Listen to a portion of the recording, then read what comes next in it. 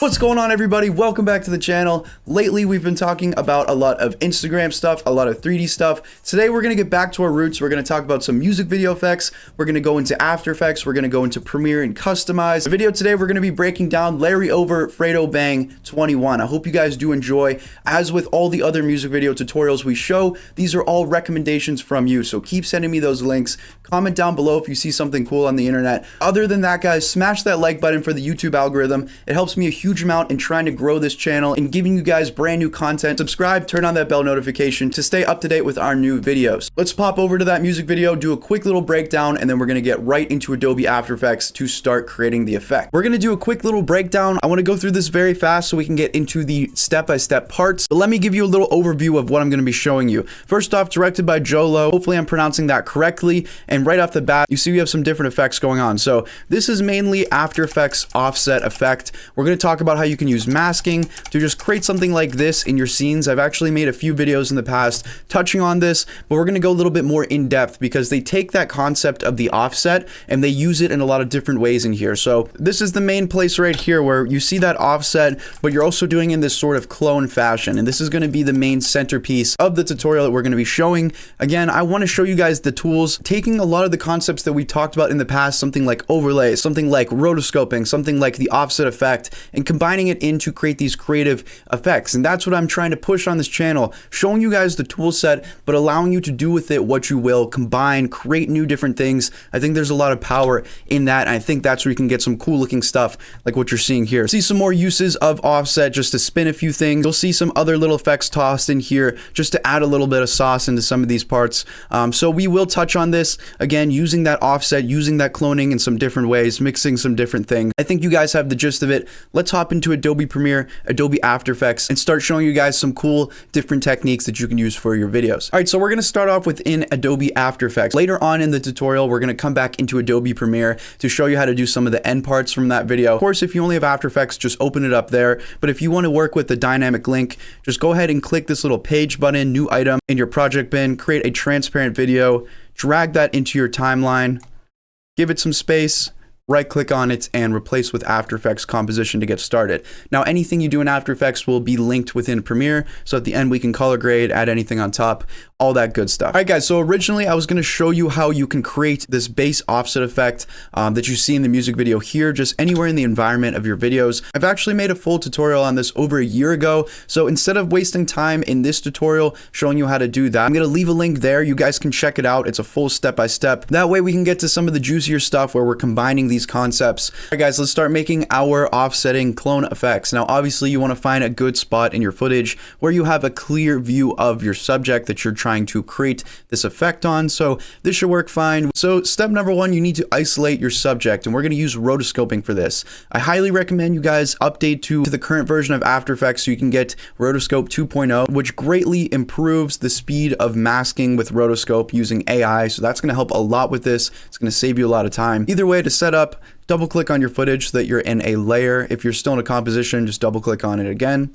Select your roto brush tool. It should be up here in the top left, a little guy with a paintbrush, and start drawing. If you guys have any issues with roto brushing, we've made full tutorials talking about this. Essentially, you're just going to use this little green cursor to draw around your subject and connect like this. I'm getting this issue here where it says frame rate mismatch. It says set the composition to 30 FPS. If you're getting that issue, it's a very simple fix. Go to composition, go to composition settings, and you're going to see the frame rate right here. Let's change that to 30 to match the footing that we're using here. Now that's completely good to go. A quick little rehash of what to do here. If you go up to window and you show your brushes window here, it's going to pop up on my right. You can change the size of this cursor. So what you want to do is, again, get this purple line around the outline of your subject. To get rid of this area here, hold down Alt to change this to a red cursor, and we can start cutting away the parts that we don't want, just like that.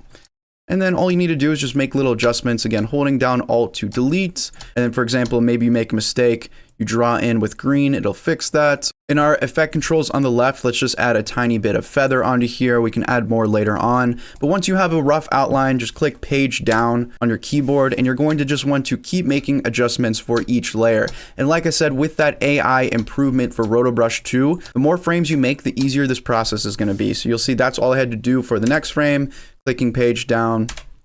Now the AI is starting to get the hang of it, and you probably will only have to make minimal adjustments. You got a little bit peeking out here, so let's go back and fix that. Just clicking page up, move frame by frame, holding down Alt, delete that, and there you go. I'm just going to keep clicking page down, and if I find any issues, I'll adjust that. Also, friendly reminder while you're doing this, make sure you click Control S or go up to File, Save. You don't want to be like me, forget to save and get hit with this.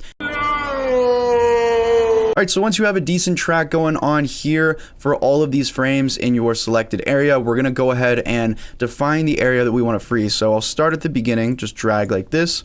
I'm gonna hold down Control and Alt on my keyboard, and I'm going to use my mouse wheel to zoom in here, this little area where this cursor is.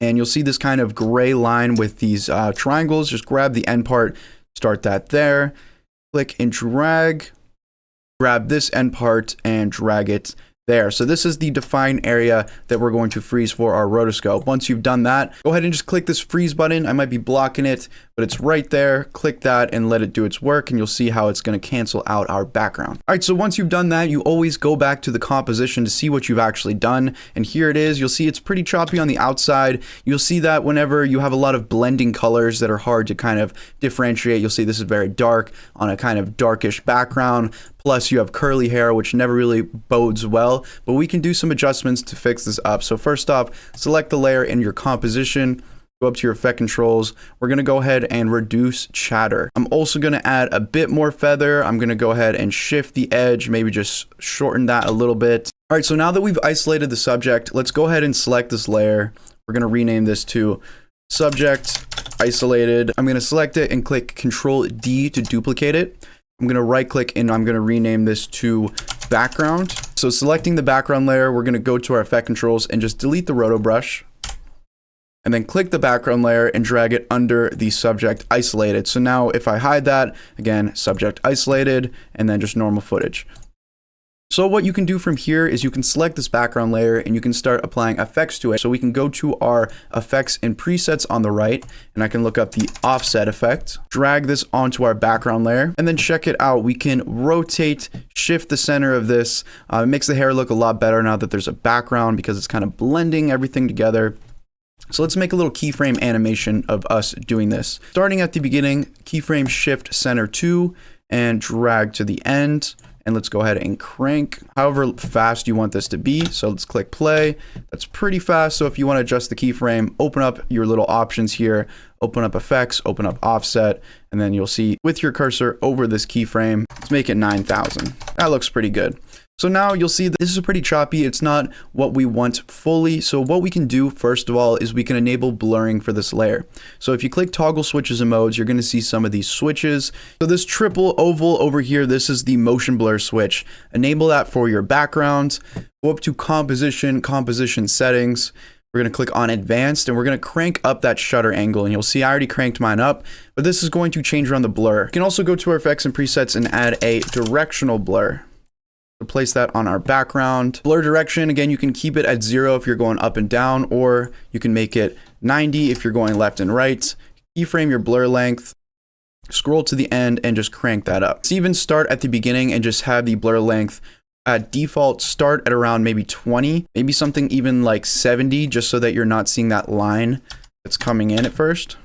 And that looks a lot better, more disorienting. You don't really see the seam in between there. Because we're blurring the background footage with nothing underneath, what you can do is you can click Control D, put a background 2 under there and delete the directional blur. Or what you could also do is you can just click S on that background layer and just scale it up a tiny bit. And now you're getting that cool kind of isolation on your subject with the blurring going on in the background. All right, so another thing you guys can do is throw in some overlays. So I have an overlay in elements folder. I'm just gonna look up some fire, some ember overlays that I may have. If you're looking for some free assets, you can just search on the internet, just search for fire overlay, or you can go on my website. We have a bunch of free assets which you can download and use for your projects. Link down below if you're interested. With my project bin open, I'm just going to grab the clips and start dragging them in. So the cool thing about this effect, since we've isolated the subject in the background, we can take any of our overlay layers and we can place them behind the subject. Here's my Fireburn footage. I'm going to go ahead and click toggle switches and modes to bring up my blending mode. I'm going to change the blending mode of that to something like add or screen. Let's even put this in reverse so it kind of starts from the edges and maybe engulfs into flames. So I'm going to right click. I'm going to go to time reverse layer. We want to speed that up. We can right click, go to time stretch, and we're going to make it something like -50, -25 to speed that up. Drag this over, and -25 was perfect. So just like that, by combining some different overlays and elements, you can place them behind your subject here, and you can create some really cool stuff. I love adding that offset, that motion blur into the background to be able to keep the same kind of overall feel of the normal clip, but just to add some of that variation. You guys can always Control D on your subject layer as well to duplicate that. Let's right click and rename this to behind clones, and then place this underneath our subject. And you can do the same thing with this. You can offset it, you can motion tile it. So let's look up offset and drag that onto our behind clones layer. And you'll see if I cycle through here, you have this continuous loop of different clones, and you can apply those same effects onto there. If you want to, you can even go to the background and just copy and paste these effects. So Control C to copy them, click in the effect controls, Control V to paste them, and then maybe change up the speed of the offset so it's a little bit different from the background. So we'll go to effects, offset, and let's go to this end keyframe for our shift center. And instead of 9,000, let's maybe make this something like 4,000. There you go, just an example of how you can keep adding onto this and getting a variety of different things. You can add different clones in there with the different offsets. There's a lot you really can do to combine into this and make something unique. So that pretty much sums up the first part of this. I'm going to show you some of the alterations that were in that music video. But first, let me show you a little end tip for this. I'm going to select everything, right click, and I'm going to pre-compose it. I'm just going to name this Finish Clone Comp. I'm going to right click, I'm going to create a new camera and click OK. And then I'm going to go ahead and click toggle switches and modes. And I'm going to enable this as a 3D layer. So make sure you're clicking that so you can see that 3D cube switch. Enable this. And now in this camera control here, you guys can click C on your keyboard. And these will cycle through the different camera controls. So again, this is panning, this is zooming, rotation. You only really need the panning and the zooming. Let's start that a little bit zoomed in here. At the beginning of our timeline, let's keyframe all of these transform options for the camera. Drag a bit, and you guys can zoom, you guys can move the camera, just give you a little bit more free control of the effect and where you want to go with it, what you want to highlight. Even if it's just adding a simple little zoom in there, you can create some pretty cool stuff. So that sums up the basic offset clone effect. I hope you guys like that so far. Let me show you a few variations. So here's another example in that 21 music video where they use that little offset clone effect on only the subject, not the background. I want to give you another quick tip if you are using a dynamic link with After Effects and Premiere. So if you remember at the beginning of the tutorial, we set up that dynamic link with Premiere. So everything we do in After Effects show in Premiere. So let's go back to After Effects. Here's my linked composition that we made. This was what I just showed at the beginning. We can delete this, and everything is done in this offset clones finished composition. So in my project bin, I can just grab that, drop it into the linked comp, file, save, and then if you go back in Premiere, this should update in a few seconds. There we go. So now you can apply anything within Adobe Premiere, such as transitions onto this, but you can also kind of split the layers up. And what I mean by that is I can go to After Effects. This is what's in the finished clone comp. So let's go and just paste this out, paste this part in for now. Say you only want the clone in here, so I can remove the background and we're only gonna have the clone rotoscoped. Maybe you wanna isolate it in Premiere. What we could do is, again, click this little page here under our project bin, create a transparent video. And this is just isolating the subjects within Premiere. So now we can use any presets that we might have in Premiere. Now we can use any other effects that we might have in Premiere. So I'll grab the background here, Control C, Control V to paste it into our second linked comp. File, save. I'm actually going to grab the overlay because if we hide this, you'll see now we have that transparency. If we click this little show transparency button, we can put the fire with the linked comp 2 over top of the background. So file, save everything. Now you have everything isolated in Premiere. So from here, say I want to add some sort of transition. If you guys have any presets, you can apply those. If you need any Adobe Premiere presets, I have a bunch on my website. My new Transition 3-pack recently just dropped. So I'll grab Star Power Teleport, we'll place that. And there you go. By using that dynamic link, by using presets that you may have in Adobe Premiere or Adobe After Effects, keeping those layers isolated, you can change different things, create a bunch of different visuals. Let's put this pixel glitch in on the top clone part. So this starts kind of disoriented and then pops in like that, mixing together any other effects or presets while also mixing together that concept of splitting the layers, having your subject isolated, and applying different things to the background and the foreground. Here's another cool one. This is Intensify In. Thought that was a cool combination, but I'll leave it up to you guys to experiment if you do have that or any other things. Let's get on to our next little effect using the same rotoscoping concept, but we're going to create some different clones and add some different things onto them. So here's the example that I'm speaking of. This kind of double clone ghost that you're seeing here. Back in After Effects, again, since we split this up with a dynamic link, we have our subject isolated and then we have our background in two different link comps. Hopefully that's not too confusing. Let's just focus on our subject isolated here. All you need to do is click Control D to duplicate that. Let's rename this to back clone 1 and let's Control D again, back clone 2. Grab both of the back clones and drag them underneath your subject. We can even delete all this other stuff because we're only worrying about the subject for now. So we're going to go ahead and transform these clones to kind of swivel out like you saw in that example. So starting with back clone 1, let's look up a little transform effect in our effects and presets and apply that onto back clone. And in our effect controls, we can go ahead and just keyframe everything at our starting position. Let's scroll a little bit and then let's maybe pop this one over to the left. Maybe we could rotate it over, scale it up, we'll rotate it up so it'll look something like that, how it kind of swivels out, and we'll add the motion blur a little bit later. In terms of the motion blur, you can take off the keyframe here for shutter angle, and you could just bump that up off rip. Let's take back clone 2 and do the same exact thing, double click to add a transform onto there, keyframe everything at our starting position, move a bit, and then just use your little transform controls here to figure out what you want to do with it. So if we press play, here's what that looks like. Our clones just kind of float out. Now, if you want to have that sort of ghosty look to them like you saw in the original example, you can go to your effects and presets and just search for an echo effect. Place that on the first clone here, and let's start messing around with some of these properties. Let's change the number of echoes to something like 3. And you'll see it's very bright, so let's take the decay and just lower that. You can also change around the echo time if you'd like. Just Control C on that echo effect. You can paste it onto echo clone, and you can change things from there if you'd like. So again, let's open toggle switches and modes. Let's enable blurring. Our two little back clones, so this little switch right here. Just click and add those on. Now you're going to see, since there's motion added with those two switches turned on, you're going to have this blurring going on, which is pretty nice. You can change the amount of blurring by going to composition settings, under advanced. Your shutter angle here, you'll see if I bump this down, it's going to be a lot less motion blur.